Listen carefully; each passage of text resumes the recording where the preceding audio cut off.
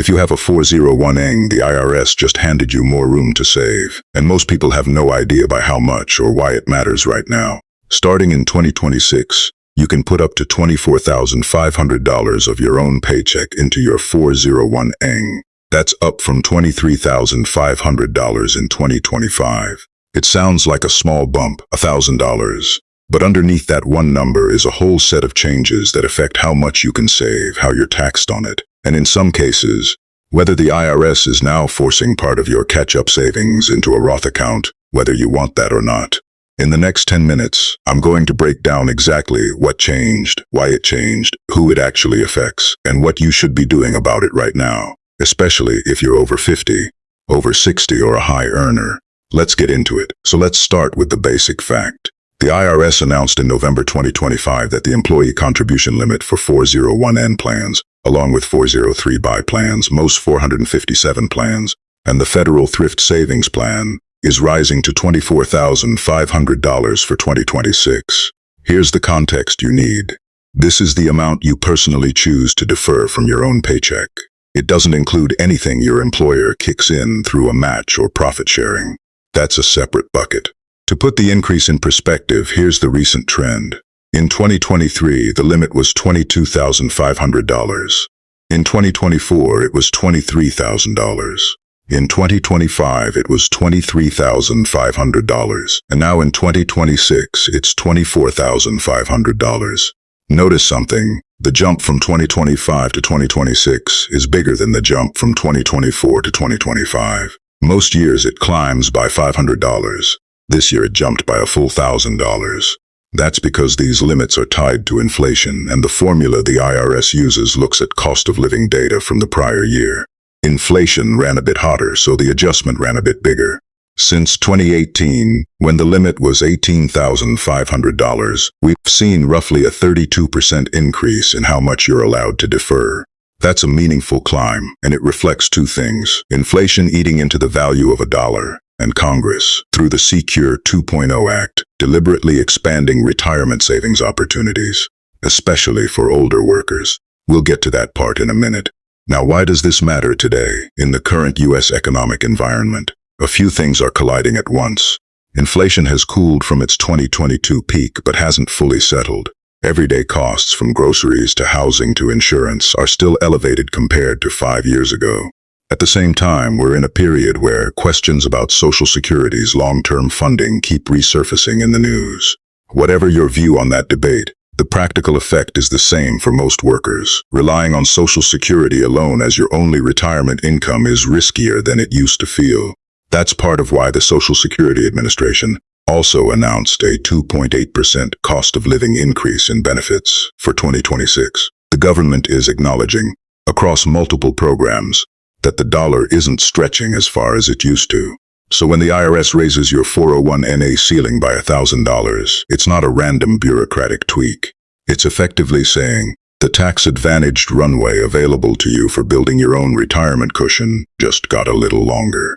Whether you use that runway is up to you, but a lot of people don't even know it's there. Here's a number worth sitting with. Someone earning a mid-range salary who simply doesn't adjust their contribution percentage after a raise is often leaving free tax-deferred savings room on the table every single year. The limit going up is only useful if your actual contributions go up with it. This next part is where it gets genuinely interesting, especially if you're 50 or older. If you're age 50 or above at any point in 2026, you get to contribute more than the standard limit. This is called a catch-up contribution, and it exists because Congress recognized that people closer to retirement often need to accelerate their savings. For 2026, the standard catch-up contribution is $8,000. Add that to the base $24,500, and someone 50 or older can defer up to $32,500 total into their 401na in a single year. But here's the part most people miss entirely. There's now a second, even bigger catch-up tier, thanks to the Secure 2.0 Act, and it kicks in for 2026. If you are specifically age 60, 61, 62, or 63 during the year, you qualify for what's informally called the super catch-up.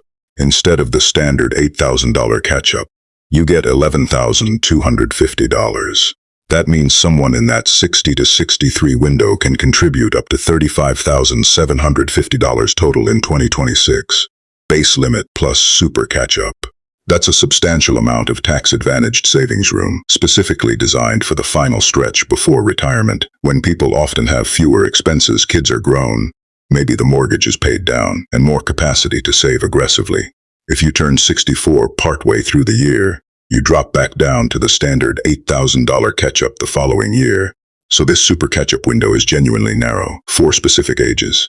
If that's you or you're approaching it, this is worth a real conversation with a financial advisor or your HR benefits team, because timing your contributions to take full advantage of that window can make a real difference over the following years. Now here's a change that's tripping a lot of higher earners up, and it's brand new for 2026. If you earned more than $145,000 in the prior year from the same employer, your catch-up contributions can no longer go in as regular pre-tax dollars. They have to go in as Roth, meaning after-tax dollars, growing tax-free instead of tax-deferred. This rule was originally supposed to start earlier, but it got delayed. For 2026, it's actually taking effect. So if you're a higher income worker over 50, your base $24,500 can still go in pre-tax as usual. But your $8,000 or $11,250, if you're in that 60 to 63 window, has to be Roth. Why does this matter practically? Two things. First, your plan has to actually offer a Roth option for you to make catch-up contributions at all once this rule applies to you. If your employer's 401(n)(a) doesn't have a Roth feature, that's a conversation to have with your plan administrator soon, not in December when you're scrambling. Second, tax treatment is genuinely different. Pre-tax contributions lower your taxable income today. Roth contributions don't. You pay tax on that money now, but it grows completely tax-free, and you owe nothing when you withdraw it in retirement. For some people, especially those who expect to be in a similar or higher tax bracket later, that's not necessarily a bad trade. But it does change your take-home pay calculation this year, so it's worth planning for rather than being surprised by it on your first 2026 paycheck. Let's zoom out for a second, because the $24,500 number is just your piece of a bigger picture.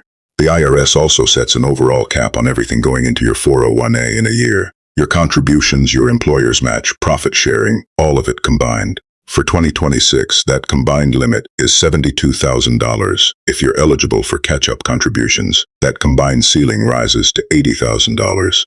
Most people will never come close to that combined ceiling. It's really only relevant if you're self-employed with a solo 401(a), or you work somewhere with a particularly generous profit-sharing structure. But it's useful context. Your personal $24,500 limit is the number that governs your paycheck deferrals specifically, while $72,000 is the outer boundary on the whole retirement account for the year. There's also a separate but related change worth mentioning briefly. The income phase-out ranges for IRA deductions and Roth IRA eligibility also moved up for 2026. If you're contributing to both a 401(a) and an IRA, which plenty of people do, it's worth checking whether those adjusted income brackets change what you're eligible to deduct or contribute this year. So, practically, what should you do with all this? If you're under 50, your number to know is $24,500. If you got a raise recently and haven't touched your contribution percentage, this is a good moment to bump it up, even by 1 or 2%. Small increases compound significantly over decades.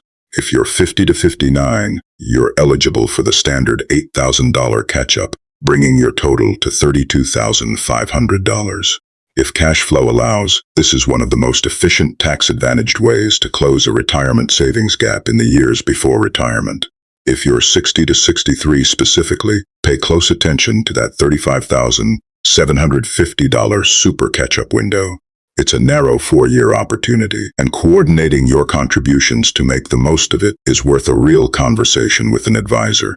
If you earn over $145,000, confirm your employer's plan actually offers a Roth option, since your catch-up contributions are now required to go in that way.